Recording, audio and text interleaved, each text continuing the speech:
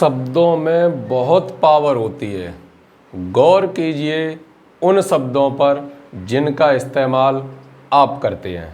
हाय, मैं Suraj Ram Rajput DAV inter college Alipur Khera से आपके लिए लेकर उपस्थित हैं कक्षा 12 गणित। टॉपिक चल रहा था समाकलन, chapter number 10, exercise 10B।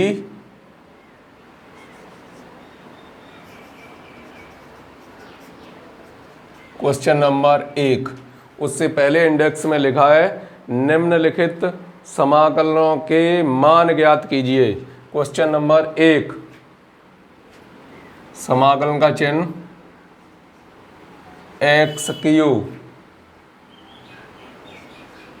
Cos x power 4 dx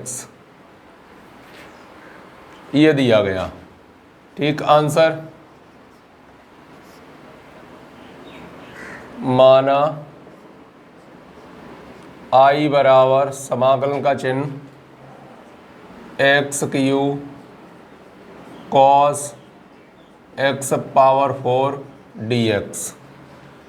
अब इन प्रश्नों को आप कैसे सॉल्व करेंगे, बड़े ध्यान से सुनिए।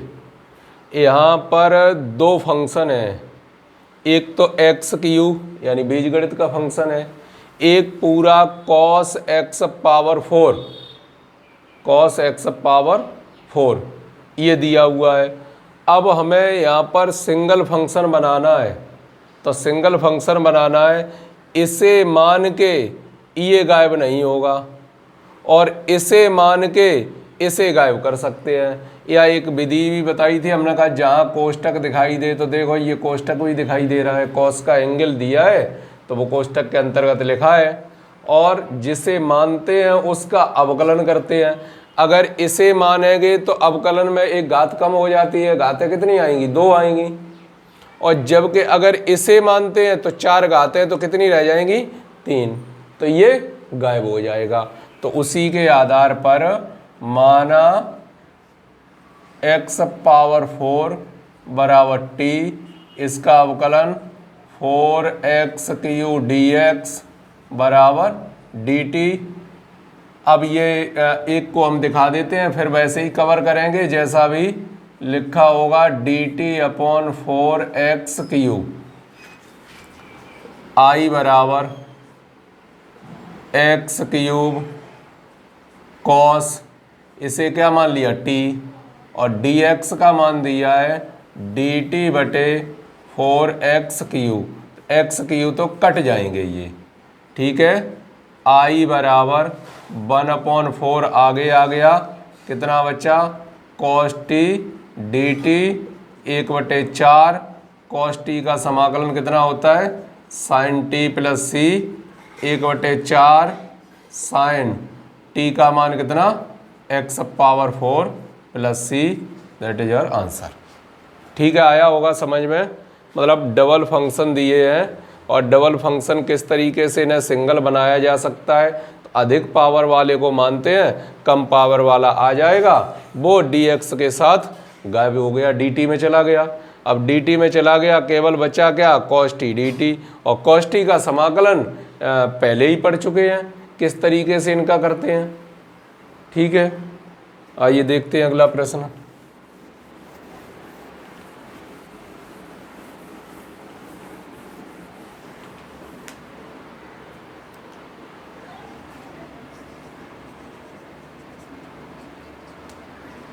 क्वेश्चन नंबर 2, दूसरा क्या है प्रश्न,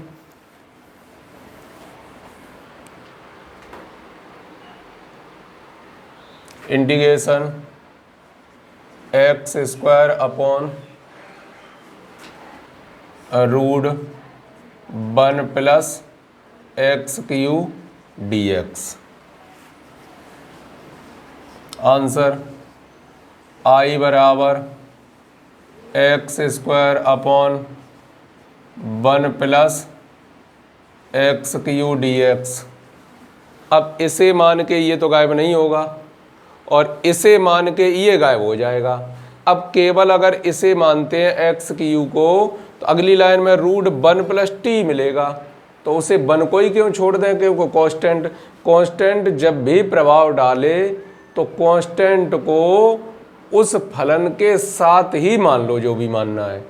तो फलन के साथ मान लिया कि लेट 1 + x³ बराबर t। 1 का तो 0 हो गया, इसका कितना होगा 3x² dx बराबर dt। हम ये कहना चाह रहे थे x² dx ऐसा ही लिखा रहने दिया, बटे में इस तरीके से लिख लिया। तो यहाँ पर क्या आप देखेंगे कि जो ऊपर x² dx है वो तो बन गया क्या dt में चला गया, और बचा यहाँ क्या 1/√t dt बटे में 3। इसे आप सॉल्व करेंगे 1/3 आगे t पे पावर -1/2 dt, क्यों केवल 1/t का जानते हैं। 1/t के अलावा जो भी आता है उसे ऊपर ले जाके पावर के हिसाब से सॉल्व किया जाता है।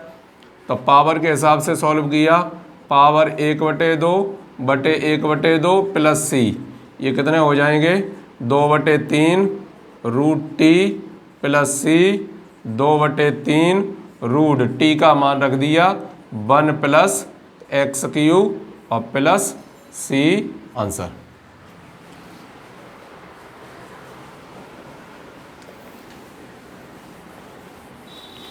समाकलन में तो एक तरीके से शुभ शुरुआत हो जाए, जैसे किसी चीज़ की जब शुरुआत करते हैं तो हवन पूजन बाकी मन को भी शुद्ध करते हैं, तो उसी तरीके से बस स्टार्टिंग ठीक से हो जाएगी, फिर आगे गलती होने के चांस बहुत कम रह जाते हैं। क्वेश्चन नंबर 3, क्वेश्चन नंबर 3 समाकलन का निशान 3x² upon 9² plus x³ dx माना I बराबर 3x² 9 का स्क्वायर प्लस x³ dx। इसे मानेंगे तो ये आ जाएगा ठीक, इसे मान के बटे में कभी नहीं आएगा। बटे में आप ध्यान दीजिए, हमेशा ऊपर वाले को मानकर बटे वाला गायब कब हो सकता है, या तो ऊपर इनवर्स फंक्शन होगा या ऊपर लॉग का फंक्शन होगा, इन दो में से कोई एक ही होगा। या तो इनवर्स फंक्शन होगा या लॉग का फंक्शन होगा, अन्यथा की स्थिति में बटे वाले को मान के ऊपर वाला गायब होता है, ऊपर वाले को मान के बटे वाला गायब कभी नहीं होगा। ठीक, तो बटे वाला मान लिया 9 का स्क्वायर प्लस x³ बराबर t, इसका तो 0 ही हो जाएगा। इसका कितना हो गया 3x² dx बराबर dt, x² dx ये चेंज हो गए dt बटे 3। I बराबर 3x², सॉरी पूरा रखो, 3x² dx पूरा चेंज हो गया किसमें dt में, 3x² dx dt बन गया। इसे क्या माना था t 1/t dt, और 1/t का समाकलन क्या होगा log t plus c। I बराबर log t का मान रख दिया 9 का square plus x³ plus c और आंसर। ठीक है, तो काफ़ी इजी प्रश्न है, शुरू की लाइनें कुछ कवर करनी है आपको अच्छे से। ध्यान रखना जैसे जैसे आगे बढ़ेंगे और भी मेथड आपको आएंगे, फिर अभी तो चलो एक ही मेथड चल रहा है, समझ में आ रहा है, अच्छे से समझ में आ रहा है, लेकिन जैसे ही आगे बढ़ेंगे तो हो सकता है किस क्वेश्चन में कौन सा मेथड काम आएगा, कौन सा लगेगा, इसलिए।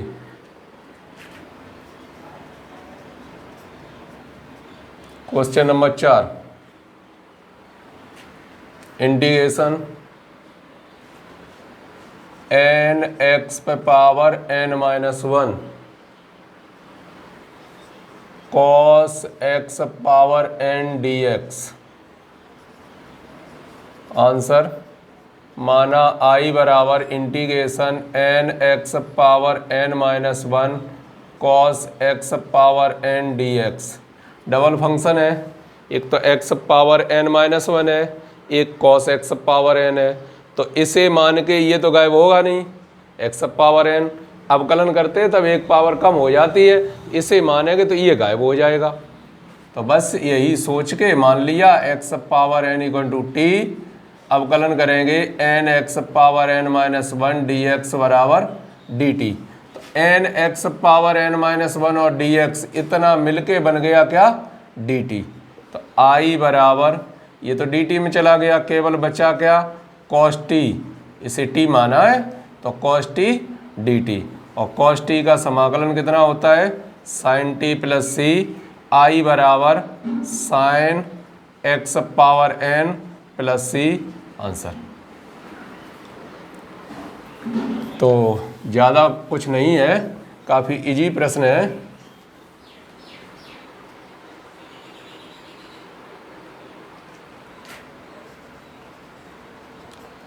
Question number 5, integration x square upon one plus x power 6 dx। Answer, माना i बराबर x square upon one plus x power 6 dx। इसे मानने की कभी गलती मत करना, क्यों, अंश को मानकर हर कभी गायब नहीं होता है।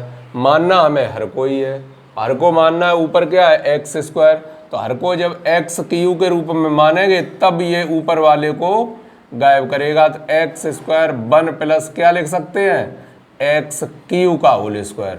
अब दोनों काम दिखाई दे रहे हैं आपको, कोष्टक भी दिखाई दे रहा है और एक्स क्यू को मानेंगे तो एक्स स्क्वायर भी गायब हो जाएगा निश्चित रूप से।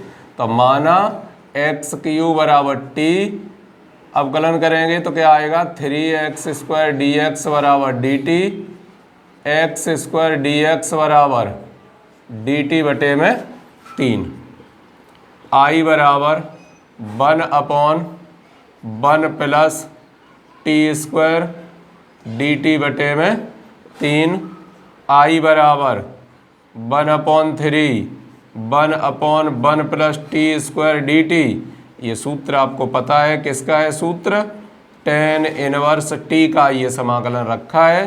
तो 1 अपॉन 3 tan इनवर्स टी का मान रख दिया, टी का मान है क्या, एक्स क्यू प्लस सी, और आंसर। इस तरीके से काफ़ी इजी प्रश्न है, आप नेक्स्ट वीडियो में देखेंगे शेष बचे हुए प्रश्न।